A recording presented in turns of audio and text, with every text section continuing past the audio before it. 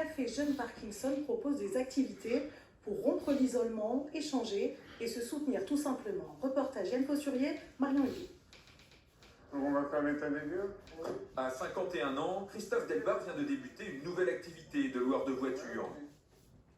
Donc je rentre le nouveau kilométrage du véhicule après la location. Ouais, c'est bien. Une reconversion pour cet ancien mécanicien atteint de la maladie de Parkinson.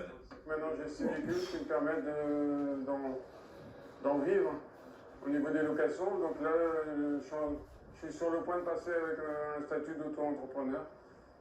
Sa maladie a été diagnostiquée il y a un peu plus de 6 ans maintenant.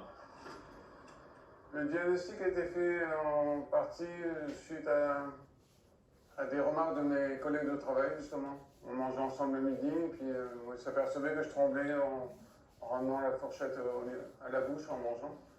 Malgré son handicap, il peut encore conduire et travailler. Et au moins 2 fois par semaine, il va aussi marcher sur le temps de midi. Au moins 5 km. Sur ce parking de Villeneuve-d'Ascq, Christophe retrouve des proches et d'autres personnes souffrant de la maladie de Parkinson. Non seulement ça apporte de l'exercice physique, et ça fait du bien aussi moralement de discuter. Cette activité a été lancée dans le cadre du Café Jeune Parkinson, un groupe d'échange où l'on retrouve également Nicole, une chef d'entreprise atteinte elle aussi de la maladie. Et puis on a des groupes aussi, on fait du ping-pong et on fait de la gymnastique tous les matins. On a un groupe WhatsApp et à 9h, tout le monde travaille les étirements. C'est essentiel. Bouger, oui. Puis partager avec d'autres. Les liens sociaux sont très importants. Parce que quand on arrête de travailler, certains travaillent, moi je travaille encore un petit peu, on manque de liens. On a tendance à s'isoler. C'est une pathologie qui isole beaucoup. Ces marches leur ont inspiré un défi organisé via Internet. Le Parc Roubaix, qui vise à cumuler des kilomètres à pied pour faire connaître la maladie de Parkinson. Des gens qu'on connaît, des gens qu'on ne connaît pas, des malades, des valides, tout le monde pouvait participer. Et on est très fiers d'avoir atteint les 14 000 km, presque 15 000. Et l'année prochaine, on vise le tour du monde. De l'activité, beaucoup d'entraide, un réconfort essentiel pour affronter la maladie. Et à l'occasion de la journée mondiale de la maladie de Parkinson, on va plus loin avec notre invité, Luc Defebvre, professeur en neurosciences au CHU de Lille. Bonjour. Bonjour. On vient de voir dans ce reportage les malades qui maintiennent leur activité professionnelle, physique. C'est important de rester actif lorsqu'on est malade. Oui, c'est essentiel. On dit souvent que l'activité physique, c'est 50% du traitement. Donc une personne qui souffre de cette pathologie doit maintenir au mieux cette activité physique ou sportive. S'il exerce un sport, le continuer. La liste est longue. On a vu la marche, on a vu le tennis de table où il y a des actions récentes qui ont été menées, la piscine, le golf. Quel que soit le sport, il faut maintenir cette activité seul ou en groupe. Il y a un côté convivial aussi, comme il existe dans le groupe Café Parkinson qui a été présenté dans votre reportage. On remarque aussi dans le reportage qui vient d'être diffusé l'âge de ces patients, une petite cinquantaine d'années, voire des quarantenaires. Ça veut dire que la maladie peut arriver à n'importe quel moment de la vie. Oui, tout à fait. Il y a un grand éventail d'âge. La maladie débute souvent vers 55-60 ans, mais dans 10% des cas, la pathologie va débuter avant l'âge de 45 ans. Et même dans certaines formes génétiques, c'est encore plus tôt. Et inversement, aussi, la maladie peut parfois apparaître beaucoup plus tardivement.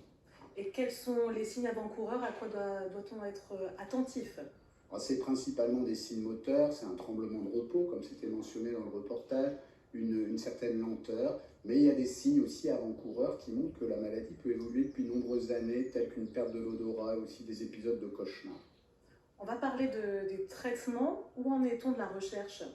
Alors au niveau des traitements, dans la maladie de Parkinson, à tous les stades de la maladie, on dispose de thérapeutiques qui ont été validées, au stade aussi plus avancé, des systèmes de pompe, par voie sous-cutanée, par administration de cette fameuse dopamine qui manque dans le cerveau, par voie intra-intestinale. Il y a aussi la stimulation cérébrale profonde qui existe depuis plus d'une vingtaine d'années, pour laquelle il y a eu beaucoup de progrès. Et les avancées là actuelles, c'est la disposition bientôt d'une nouvelle forme de dopamine, mais par voie sous-cutanée.